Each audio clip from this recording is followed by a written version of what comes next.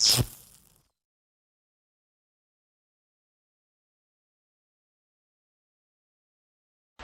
का टॉपिक है future perfect tense.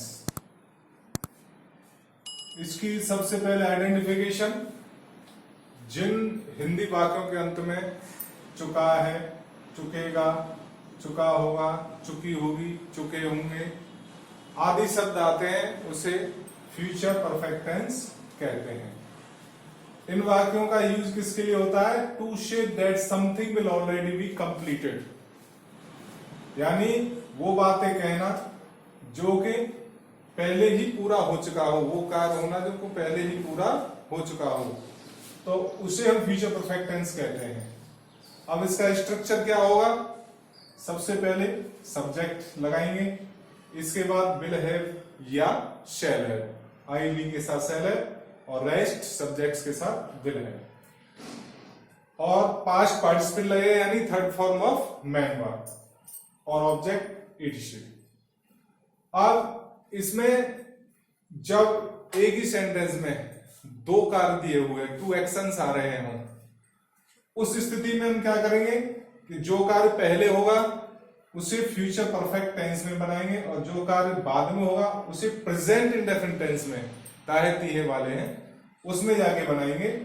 और बीच में बिफोर ऑब्लिक व्हेन भी आ सकती है, बिफोर भी आ सकती है, व्हेन भी आ सकती है। तो इस तरह से ये बनाएंगे हम। सूर्य निकलने से पूर्व किसान खेत जोत चुका होगा, तो इसमें कार्य कौन सा पहले हो रहा है? किसान खेत जोत चुका होगा, तो इसे बनाएंगे हम फ्यूचर परफेक्ट में। The farmer will have ploughed the field before the sun rises, before the sun rises. When you reach the station, the train will have left. जब तुम स्टेशन में पहुंचे ट्रेन जा चुकी होगी, यानी जो कार पहले हुआ वो दी ट्रेन विल हैव लेफ्ट, क्योंकि यही काम पहले हुआ है। और जो एडवर्ब है वो इस सेंटेंस के साथ लगती है जो बाद में कार्य होता है, और उसे बनाते हैं प्रेजेंट इंडेफिनिट टेंस में। तो when you reach the station ये हो गया प्रेजेंट इंडेफिनिट, और दी ट्रेन विल हैव लेफ्ट ये हो गया फ्यूचर परफेक्ट टेंस, जो अभी ऊपर स्ट्रक्चर बताया है। अब एक the past as seen from the future, जो पास्ट है यानी भूतकाल है वो देखा जाता है भविष्य की नजर से, भविष्य की नजर से यानी भविष्य के सेंटेंस से। कैसे देखा जाता है कि I will have retired by the year 2034, मैं 2034 में रिटायर हो चुका हूंगा। इसका मतलब है 2034 यानी भविष्य की बात है, लेकिन वो अभी से सेटल कर रहा है कि तब हो चुका है, और ये निश्चित भी है, ये डेफिनेट है कि उस समय रिटायर होना है। तो जो भविष्य में बात होनी है उसको इस समय कहना और उसको पास्ट के साथ जोड़ना ही इस तरह के सेंटेंस बनवाता है। I will have retired by the year 2034।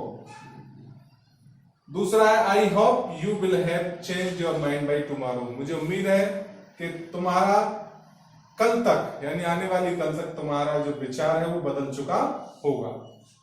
अतः इस तरह से हमने आज आपको फ्यूचर परफेक्ट टेंस के बारे में बताया।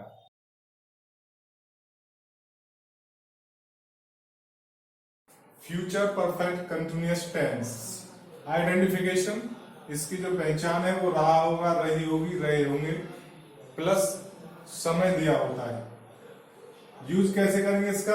When the action is continuous in future is called future perfect tense, जब कोई भी कार्य जारी हो फ्यूचर में यानी भविष्य में, तो उसे हम फ्यूचर परफेक्ट कंटिन्यूअस टेंस कहते हैं। अब इसका स्ट्रक्चर क्या होगा?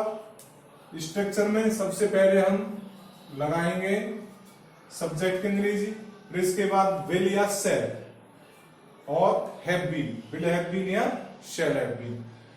फर्स्ट फॉर्म प्लस आईएनजी यानी प्रेजेंट पार्टिसिपल का यूज करेंगे। इसके बाद object ETC plus for oblique till, यानी इसमें टिल का प्रयोग होता है न कि सिंस का। बाई और फ्रॉम इन शब्दों का प्रयोग होगा टिल का होगा, लेकिन सिंस का प्रयोग नहीं होता फ्यूचर में, फ्यूचर परफेक्ट कंटिन्यूअस में।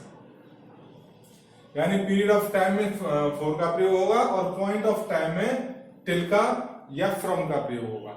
ओके, अब इसका स्ट्रक्चर हो गया। अब जैसे we shall have been working here for 2 hours, हम 2 घंटे से काम कर रहे होंगे।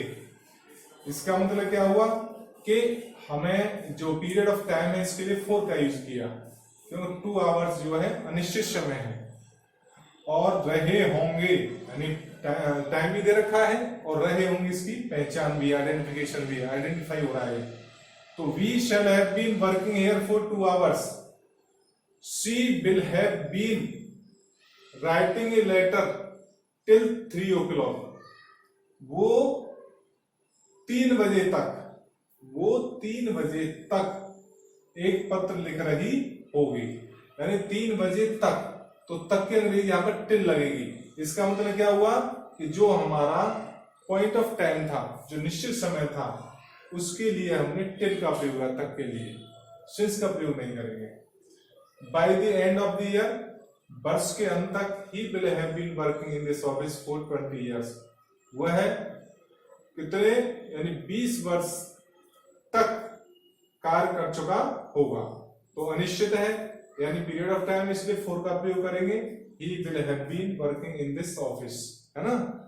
और कब की बात है ये, जब when the action is expressed as continuous action, जब कोई भी कार्य है उसको एक निरंतर कार्य के रूप में प्रयोग किया जाता है, उस समय हम इस तरह से यूज करते हैं, ये स्ट्रक्चर लागू करते हैं इसमें। They will have been living here from the month of August, वह यहां पर अगस्त के महीने से रह रहा होगा, यानी भविष्य में कंटिन्यूअस यानी फ्यूचर में कंटिन्यूअस काम हो रहा होगा, तो वहां पर हम फ्रॉम का प्रयोग करेंगे बजाय किसके, सिंस के, यानी वहां पर पॉइंट ऑफ टाइम फ्रॉम से एक्सप्रेस किया जाएगा। और इस तरह से हमने आज फ्यूचर परफेक्ट कंटिन्यूअस टेंस के बारे में बताया।